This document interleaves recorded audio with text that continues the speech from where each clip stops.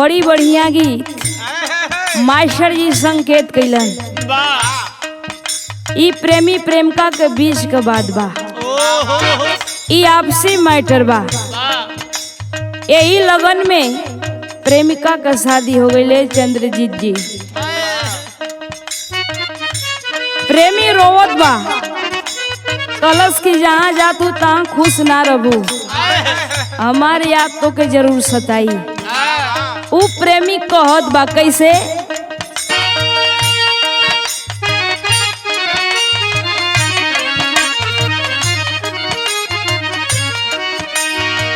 हे रानी हो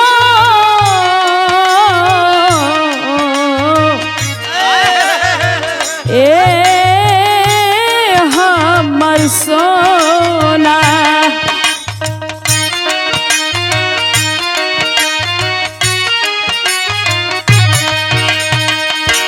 होई रतिया पहिल की ससुरारी में,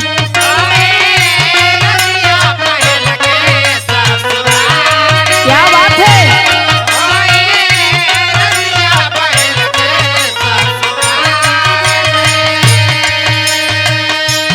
सूतल रहबू पिया के यकवारी में, क्या बात है।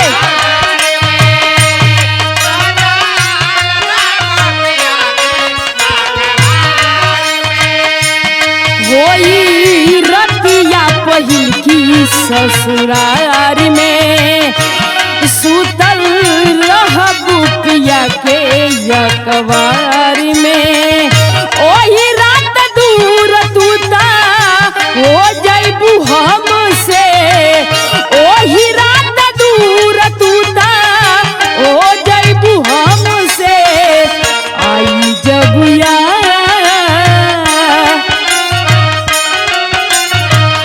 आई जब याद मुहवा फेरबू बलम से, आई जब याद मुहवा फेरबू बलम से, आई जब याद मुहवा फेरबू।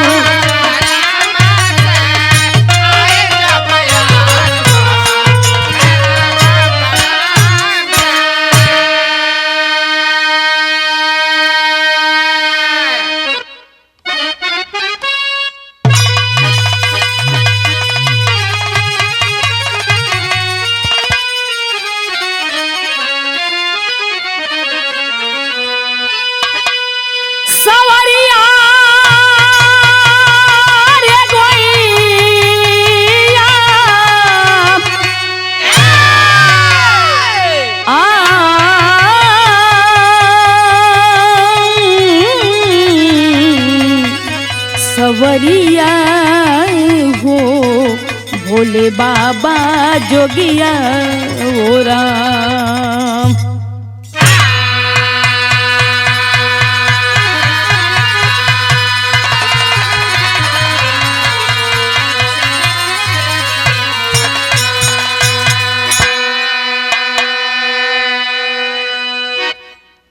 ए पंचो ई हमारी बिरहा हरिओम स्टूडियो में बड़े भैया अभिमन्यु यादव जी के देख रेख में हो रहल बा। आंसू इंटरटेनमेंट के सौजन्य से आप लोगन के बिरहा सुने के मिली। निर्माता बड़े भैया राम जन्म यादव जी के सौजन्य से आप लोगन के बीच में ये बिरहा भेज रहल बानी। और विशेष आभार बा बेचू यादव जी, रंजीत यादव जी, लोरिक यादव जी, मनोज यादव जी, रमाश्रे कवि जी, जितेंद्र यादव जी, वकील साहब, कल्पनाथ मास्टर साहब और दशरथ गुरु जी के देख रेख में जात बा। आशा न बल्कि उम्मीद बा ई बिरहा आप लोगन के जरूर पसंद आई। हमरे बिरहा का शीर्षक बतावल गई मैं भा मतारी, लेकिन 4 लाइन की भूमिका में कहे के पड़ल कैसे मास्टर।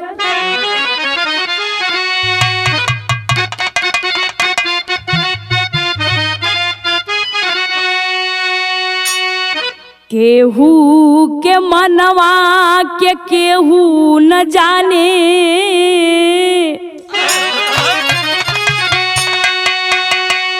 आपन भी हो के नयापन कहालें।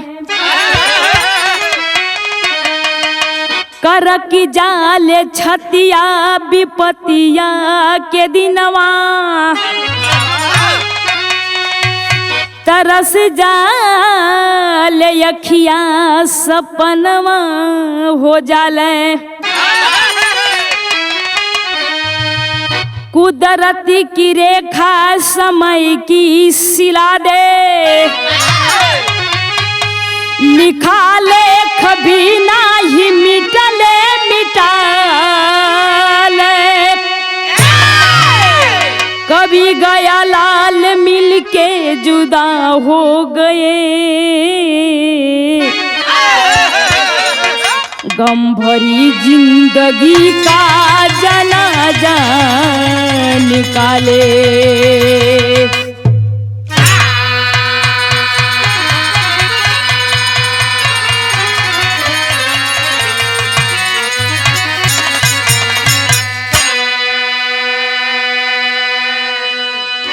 बिरहा के अंदर बड़ी सुघर गजल का नमूना लग गई मास्टर साहब। कैसे?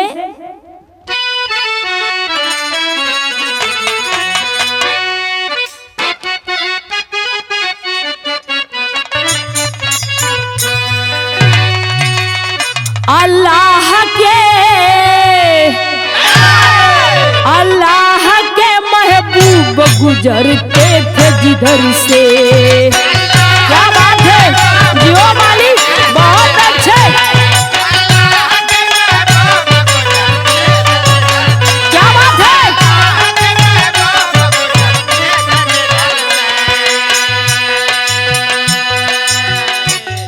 अल्लाह के महबूब गुजरते थे जिधर से,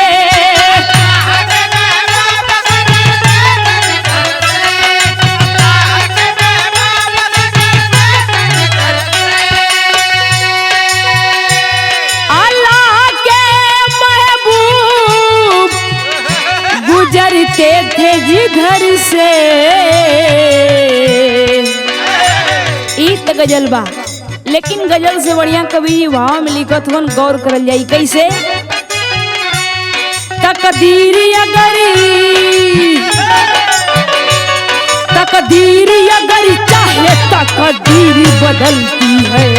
क्या बात है जियो मालिक,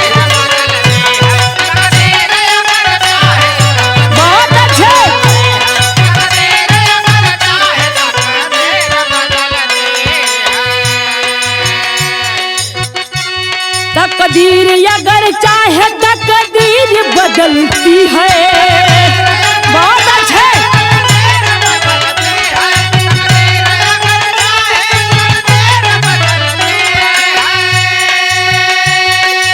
तकदीर अगर चाहे तकदीर बदलती है। होता है वही आईना, तस्वीर बदलती है। बहुत अच्छे जियो मालिक।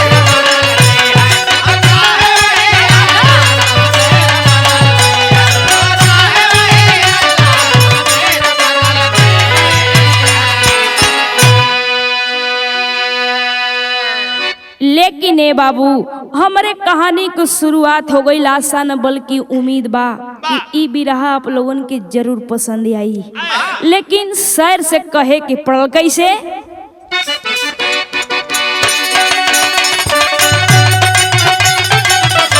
बहुत अच्छे।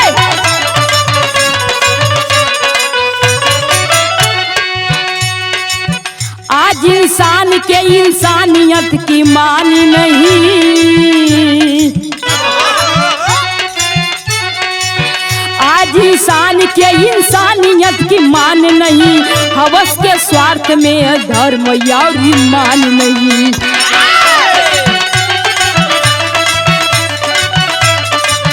क्या बात है?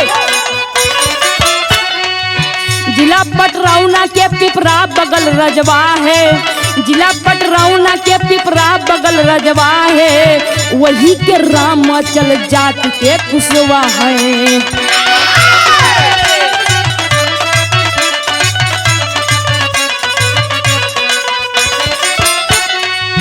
पत्नी राधिका की गोदी दो औलाद रहे, पत्नी राधिका की गोदी दो औलाद रहे, अंजू यज्ञ दोनों नैनो सूरज चांद रहे।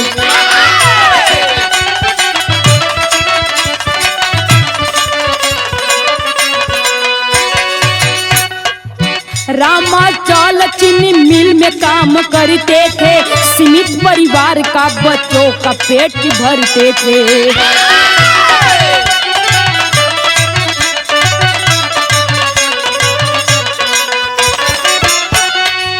राधिका पथरी रोग से पीड़ित बेहाल हुई, राधिका पथरी रोग से पीड़ित बेहाल हुई, भरी दुनिया को छोड़ के एक दिन अंतकाल हुई।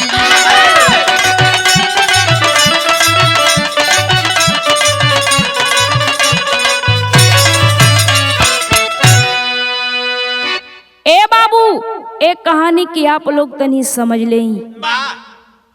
देखिए आज ये कहानी लिहल गई जिला पटरौना के बगल में एक पिपरा गांव रहल, वही पिपरा कर रहे वाला रामाचल जात का कुशवाहा रहलन। ए बाबू, रामाचल के धर्म पत्नी का नाम बताल गई राधिका। भगवान एगो बिटिया एगो बेटवा देले हुवन, बेटा बेटी के बड़ा लोग प्यार दुलार करत हुवन। देखिए पंचो, रामाचल चीनी मिल में काम करत रहलन, नौकरी करत रहलन, वही नौकरी से अपने परिवार का परवरिश करे लगलन, देखभाल करत हुवन। लेकिन अचानक एक दिन राधिका के पेट में पथरी हो गई। जब पथरी हो गई हो बाबू, अचानक इतना दर्द उठल कि और ये भरी दुनिया के छोड़ के राधिका चल बसली। जब चल बसली ये पंचो, लेकिन भइल का बिरहा के अंदर गीत लगल। कौन गीत बा?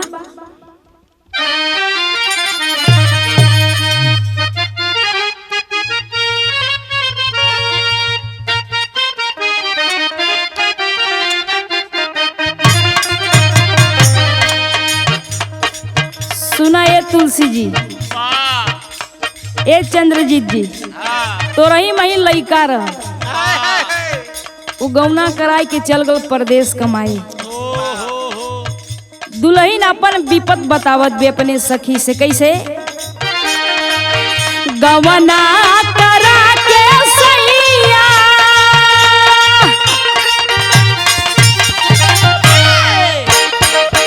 गवना करा के सैया, बसला सा हर में उठले दरदिया रे हमरे, उठले दरदिया रे हमरे, गतरे तार में उठले दरदिया रे हमरे।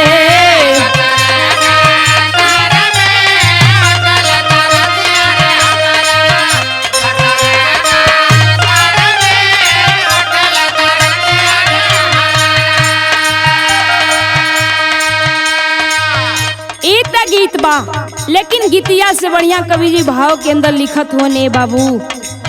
आज राधिका मतारी ये भरी दुनिया के छोड़ के चल बसली। आज बेटा बेटी ए बाबू माई के लाश के पजरे जाए के रोवत होन के, माई तू कहाँ छोड़ के चल गईलू। अंजू रोवत बाड़ी, लेकिन कहल गईल का माइशर?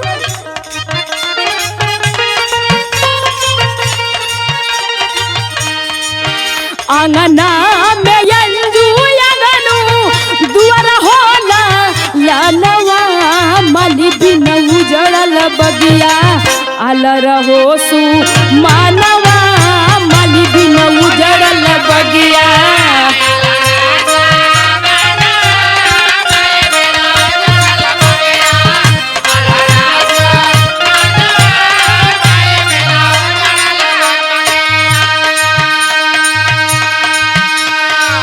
ए बाबू, अंजू और अगनू जाए के अपने माई के लाश के यहाँ गिर के रोवे लगलन कि माई आज तक तू अमन के छोड़ के चल गईलू, लेकिन अब हमन माई के कहल जाई।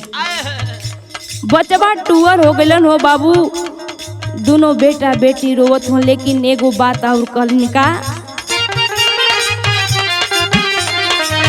बहुत उमरिया या बही। क्या बात है,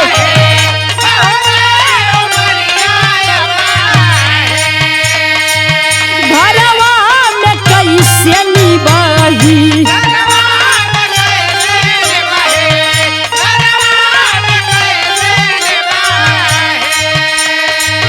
बचवन के खातिर घर ले आइला या नवा माली बिन उजड़ल बगिया। अरे माली बिन उजड़ल बगिया अलर होसु मानवा, माली बिन उजड़ल बगिया।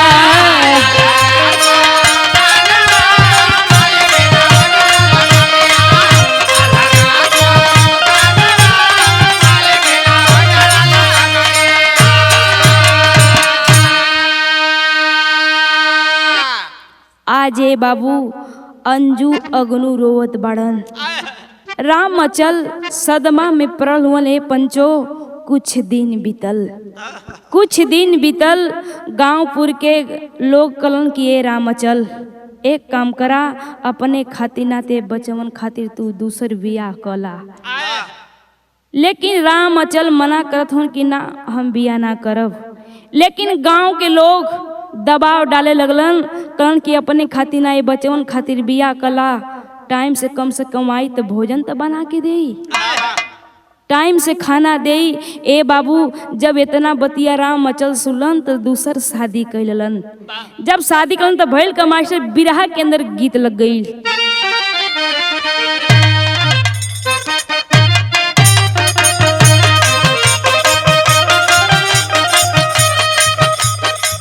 कौनो मेहरारू को वो रहन, हमरे गीत के लाइन बा कैसे, जब से बेदर्दी चढ़ल बाटे फगुनवा,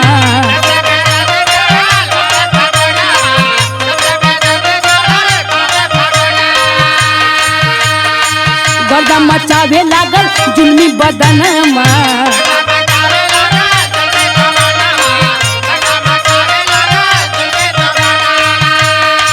जब से बेदर्दी चढ़ल फागुन महीनामा, गर्दा मचावे लागल जुल्मी बदनमा। गुदी गुदी मरे हो, गुदी गुदी मरे लागे सलवार में। गीत से बढ़िया कवि जी भाव में लिखत हुआ। ए बाबू आज राम अचल दूसर बियाह करलन। जब क के घर में नई नवेली दुल्हन आइल बा, कवि जी भाव के अंदर लिखत हुन कैसे,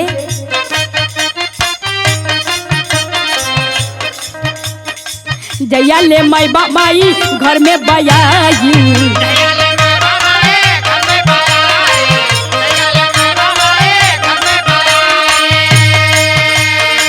धोरा दुआरियन का सुधिया भुलाई,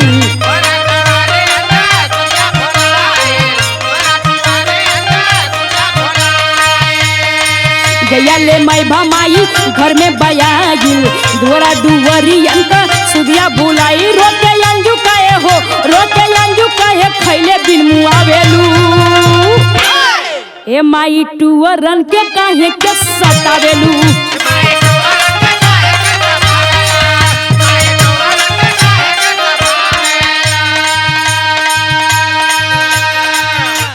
ए बाबू मैं भा मतारी घर में आइल बा, 2-4 महीना बहुत बढ़िया से रही, लइकन के बड़ा मान जान कर। लेकिन जब धीरे धीरे 10-11 महीना बीतल तब बचवन के लगनी सतावे, जवन ना करे के तमन करे लगनी हो बाबू। लेकिन अंजू रो के कहले बा, का कहले बा,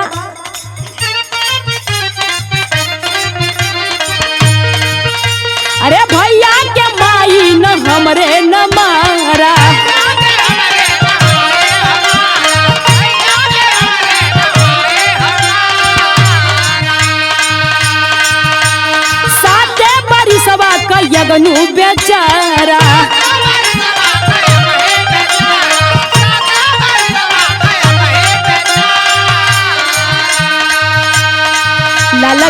बाबू मारे तोरा के माने। क्या बात है।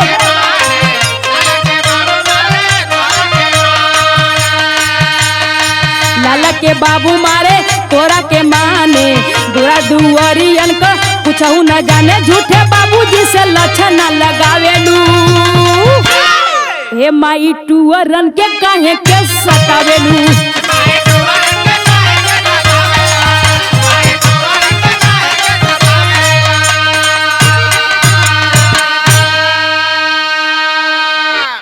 ए बाबू 7 बरिस का अगनू अंजू को भाई 7 बरिस का रहल हो पंचो। कलश के मम्मी हमके बड़ी तेज भूख लगल बा, मम्मी हमके भोजन दे दा। तब तक मैं भा मतारी लगल मारे हो बाबू। तब ले कहीं से अंजू आइल, अपने भैया के गोद में उठा लेलस। कलश के माई हमार भाई छोट बा काहे मारत बाड़ू, भैया तो हमार खनवा न मंगलस। ए बाबू देखी आज अंजू रोवत बा अपने भैया के लेके। आखिर भल का मास्टर बिरहा के अंदर गीत लग गई।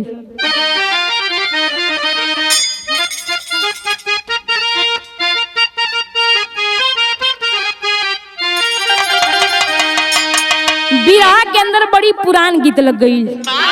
कैसे? अरे आज गाड़ी धोली महाबोधी राजा जी, अरे आज गाड़ी धोली महाबोधी राजा जी।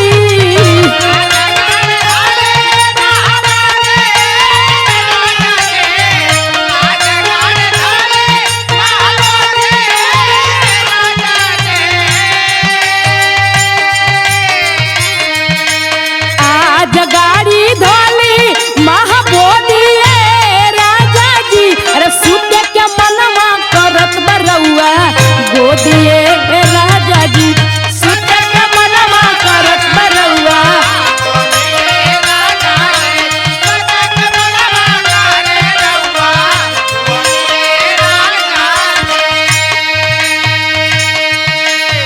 इत गीत बाए बाबू आज मैं भा मतारी अपने पति रामचल से झूठ बात लगनी बतावे कि तोहार बेटवा अगनू हमके बड़ा परेशान करत बा, एको हमार बात नहीं सुनत बा। ए बाबू झूठ लगनी लक्षणा लगावे, लेकिन कवि जी भाव के अंदर लिखत हो उनका।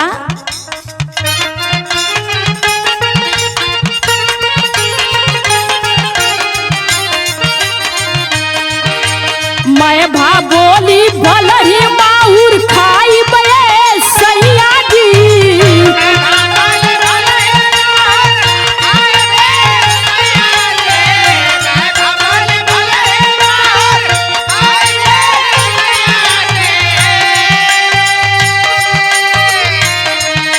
मैं भा बोली भलही माहुर खाई बे सैया जी, सुतम न संगवा बिहने नैहर जाई बे राजा जी। क्या बात है।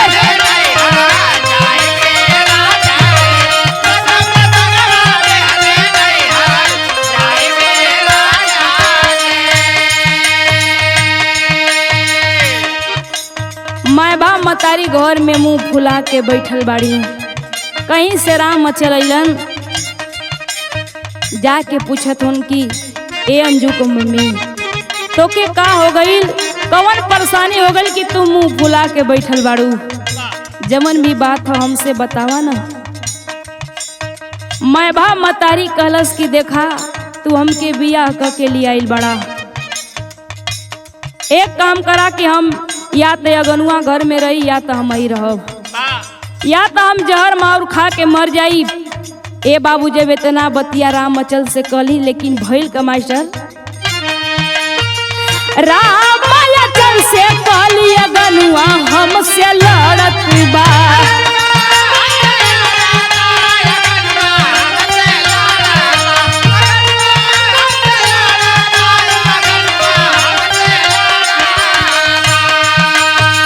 आधा इसले हमरे अखिया में गड़त बा।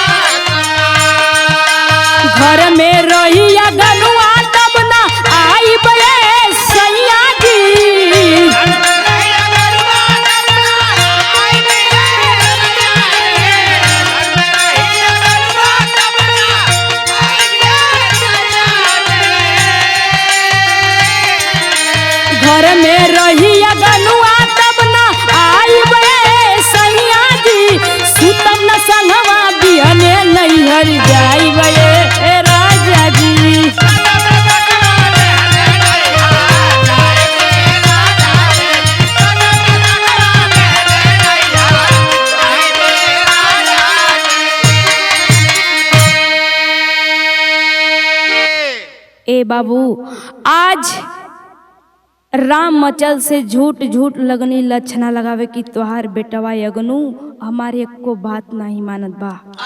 तू चल जला नौकरी करे तो तोहार बेटा बेटी हमसे लड़ल हमके मारलन एको बात नहीं सुनलन। ए बाबू देखी आज मैं भा मतारी राम मचल के फुसलावत बा। कलश की एक दिन अंजू सयान उनकर तो शादी हो जाई, लेकिन जवन तोहार बेटवा अगनू बा जवन हमरे कोख से बेटा पैदा होई आधा हिस्सा ले एकरे ले बदले एक काम करा कि अगनू के तू मुँह आदा। जब इतना बतिया मैभा मतारी कहलस हो बाबू ताखिर राम अचल कैलन का। आज राम अचल अपने धर्म पत्नी का बात मान करके रात में अंजू अगनू सुतल हुअन। राम अचल के मन में विचार आल कि काहे रतिया के मुँह आ देई। कहा काम कैलन राम अचल हो बाबू जा करके अपने बेटवा अगनू के छाती पे जाए के चढ़ गईलन। जब चढ़ गईलन अगनू का सांस रुक गई। दोनों प्राणी सोचलन कि अब अगनू तो मर गईल है। जब मर गईलन सांस रुक गई। अंजू जागल बा हो बाबू कलल किए पापा लेके चला डॉक्टर के यहाँ देखावा न भैया के का हो गयल। जब अंजू रोवे लगनी गांवपुर के लोग जुट गए, पूरी भीड़ लग गई। लोग जुट के तमाशा देखत हो बाबू के वहीं ते अगनू ठीक ठाक रहा वहीं ते खिलत रहा। अचानक का हो गई आज अगनू ए दुनिया में नाही बाड़न। लेकिन देखा ए बाबू भइल का गीत की लाइन लगल। कौन गीत बा?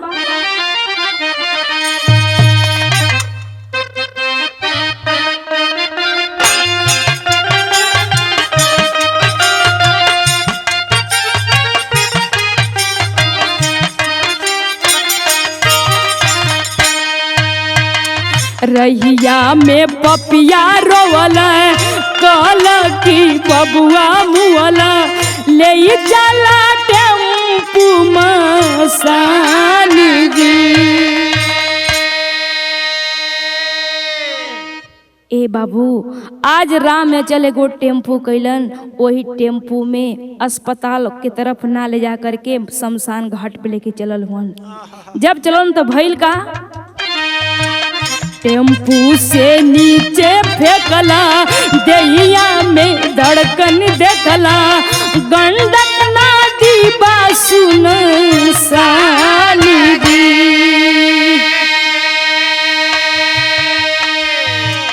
पपिया पपिनिया बगल अगनू तब कहे लगना बाबूजी छोड़ी दा परानी जी। केहू से ना कहबे बाबू घरवा न रहबे बाबू भिखिया मांगब ले कतहूँ जानी जी।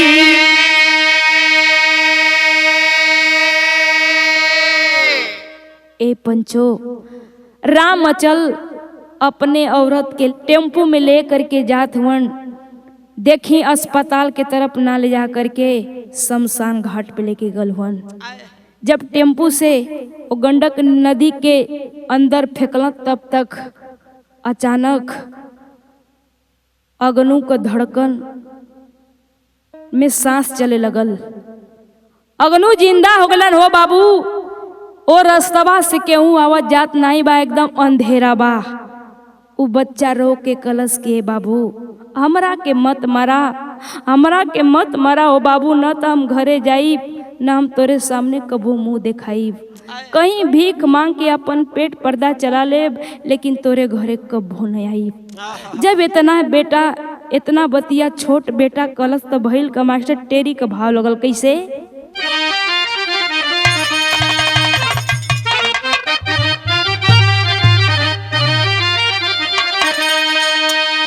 अरे परवाने की ना पूछो जिंदगी अरे परवाने की ना पूछो,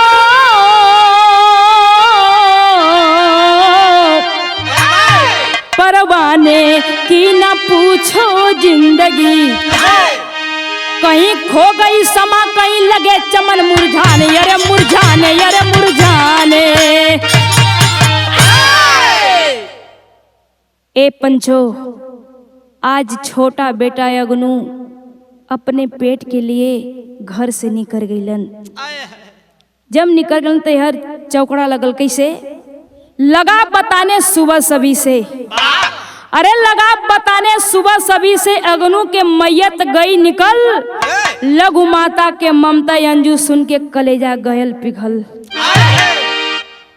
लची जवानी में बा अंजू, लची जवानी में बा अंजू, शादी कैला राम ए चल, लक्ष्मी घर से निकल गई जब मैं भा माई कैली छल। सुबेर भइले बाबू, गांवपुर के हितनाथ सब लोग जुट गल कि अचानक अगनू के का हो गल। बहन तब ठीक ठाक रहला, अचानक का हो गई। अगनू और उनकर औरत मैभा मतारी लगनी बहकावे, बहकावे लगनी। आज ए बाबू धीरे धीरे अंजू सयान हो गईली, कहीं उनकर बढ़िया घर दुआर देख के अंजू का शादी कर दलन, घर से निकल गईली। लेकिन भइल का मास्टर, गीत की लाइन लगल। कौन गीत बा?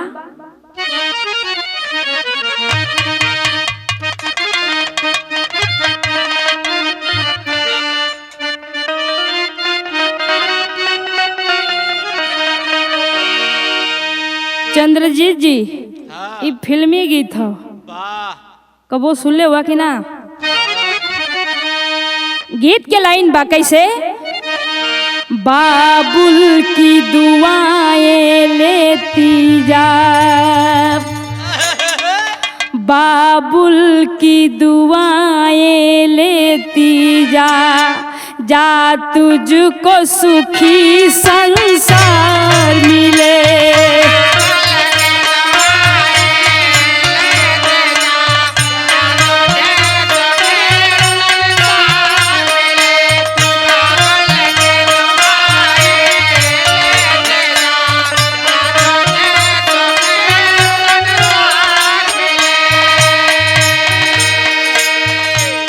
गीतिया रहले बाबू, लेकिन छोटा बेटा अगनू रो रो के भीख मांगत हुवन और यह गावत हुवन। का कहत हुवन? हम दीन दुखी भूखे भैया,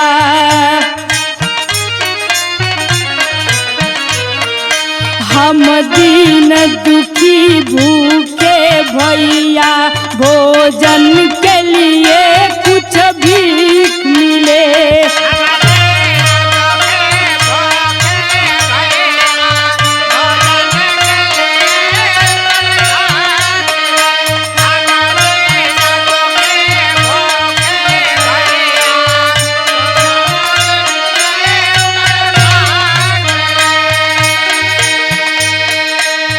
छोटा बेटा ए बाबू अगनू भीख मांगत हुवन, रो रो के कहत हुवन के दुनिया में हमार कोई नहीं बा ए माई ए बहनी।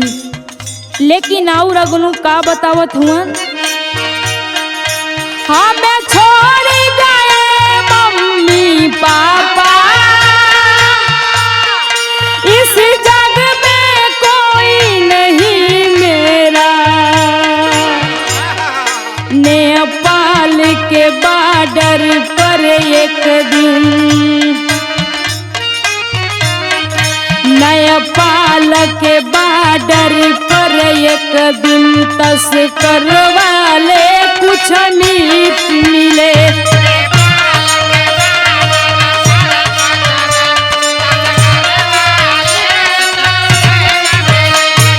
क्या बात है?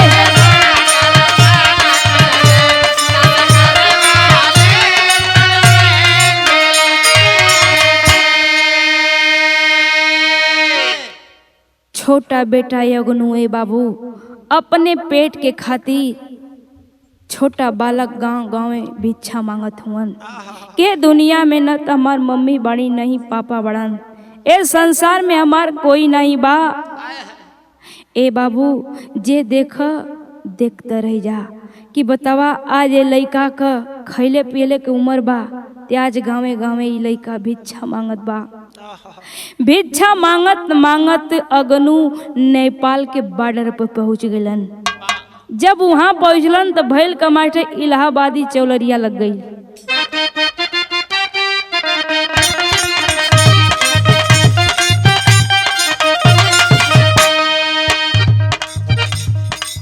भिक्षा मांगत मांगत ए बाबू अगनू पहुंचलन नेपाल के बॉर्डर पर। जब वहां पहुंचलन कवि जी भाव के लाइन में लिखत हुन कैसे, भैली तस्कर बन से भेंट अगनू बन गई अप टू डेट, रेट में कपड़ा बेचे ले मुरनीपुर बॉर्डर नेपाल लियल रहला विदेशी माल, पकड़े पुलिस अइला नौरंगिया के थानावा। क्या बात है।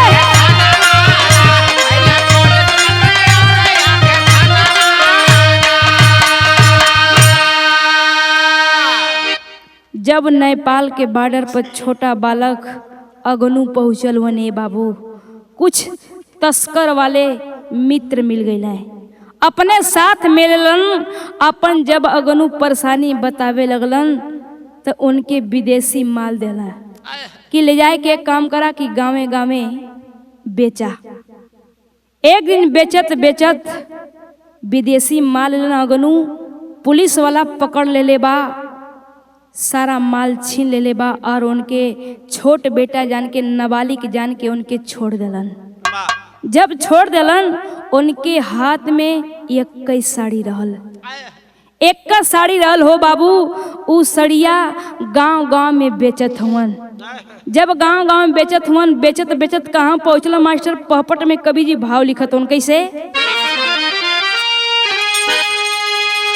नौरंगिया गांव में घूमती अइला द्वारे बहिनी साड़ी ला, अरे एक बचल बा लेला बेचत बारी बहिनी साड़ी ला।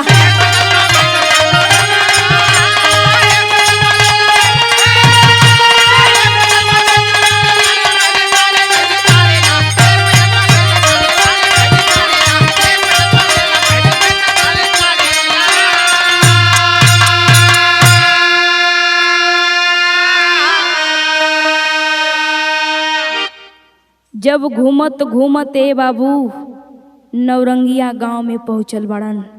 वही नौरंगिया गांव में अंजू का शादी भइल रहल।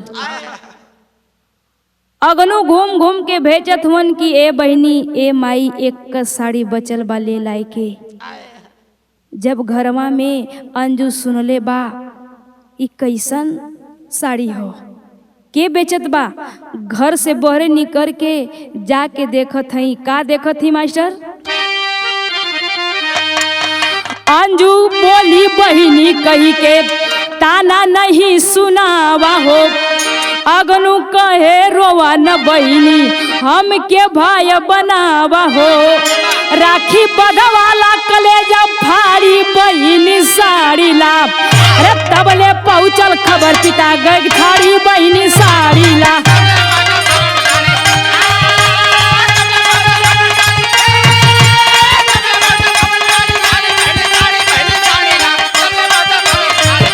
क्या बात है।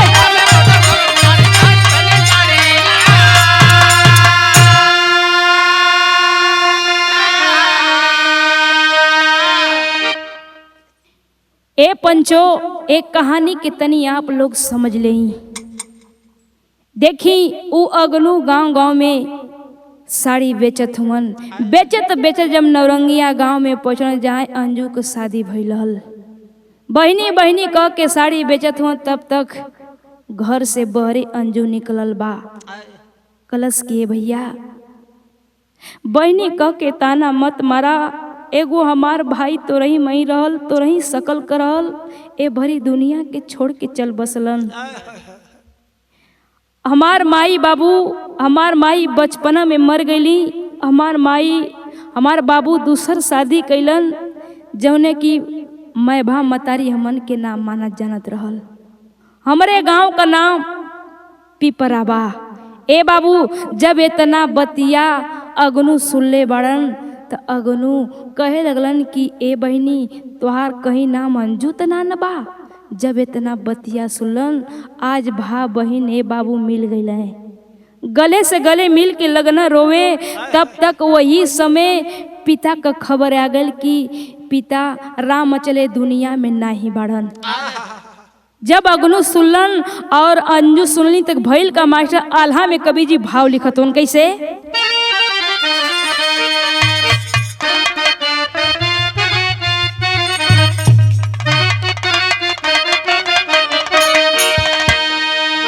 मैं भा मतरिया के कोखना भरैली भैया,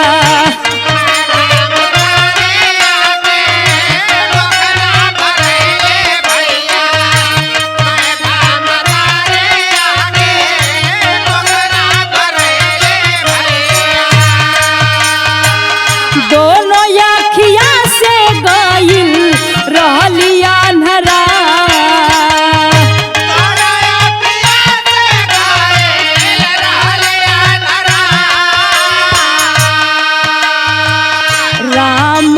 चट्टी हवर दुख में समैया बाबू,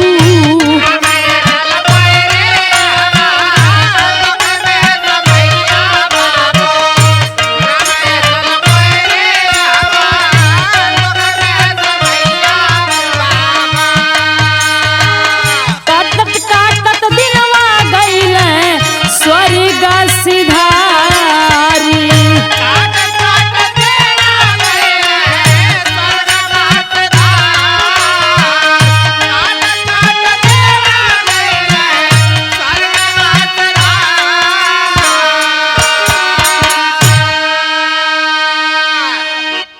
ए पंचो देखी इतना दिन बीत गईल, शादी भइले इतना दिन बीत गईल, लेकिन मैं भा मतारी के कोख ना भराई।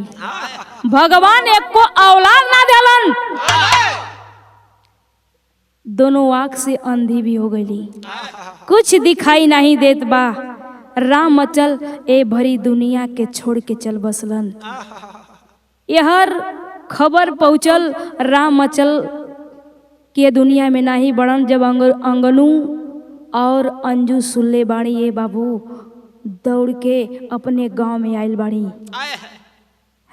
अपने पिता के ले करके गंडक नदी के तीरे पहुँचल हुअन, दाह संस्कार कैलन हो बाबू।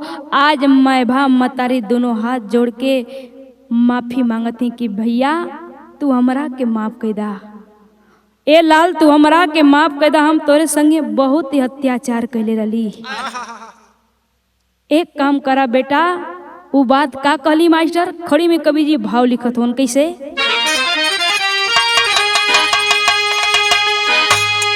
अरे माई भा बोली ललसा पुरई हाय हमारी, माई भा बोली ललसा पुरई हाय हमारी, बेटा ले अइहा बतैया कहली अन्हारी।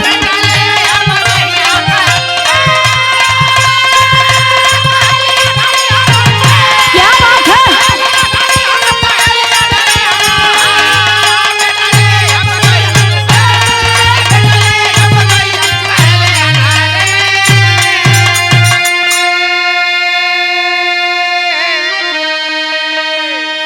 तोहरे सहारे बेटा बीती है जीवनिया, आ शादी कैली अगनू अइली दुअरे दुलहिनिया।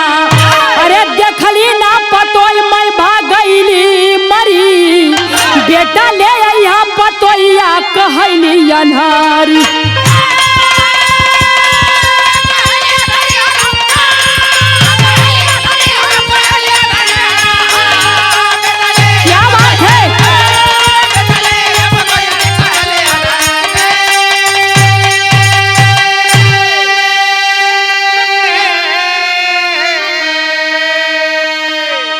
मैं भा मतारी हाथ जोड़ के अगनू से कहे लगनी कि ये बेटा एक हमा तो से अर्जी बा, बिनती बा कि तू शादी अपन कहिला। हम पतो देखल चाहत बानी ए बाबू राम। देखी अगनू जे वही शादी क के घर में दुल्हन ले आयल बाड़न, तब तक मैं भा मतारी भी दुनिया के छोड़ के चल बसली हो बाबू। लेकिन कहल गइल का,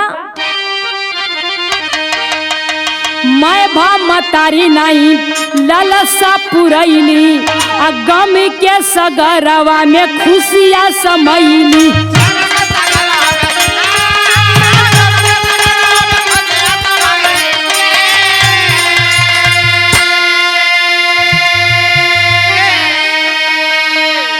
जैसन जे करी वो करे जगवा परी, बेटा ले यहाँ बतोइया कहली अनहारी।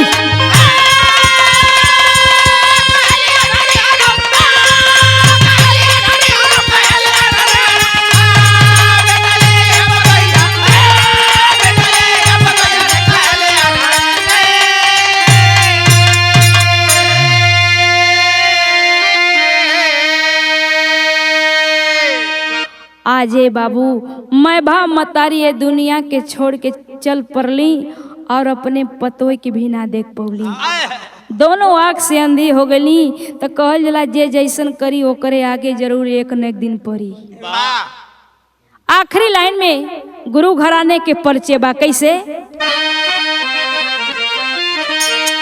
अरे गुरु बिहारी, गुरु गणेश, गुरु राम लाल मोरबा का, चांद चंद्र का प्यारे लाल बच्चन का विजय पताका हो।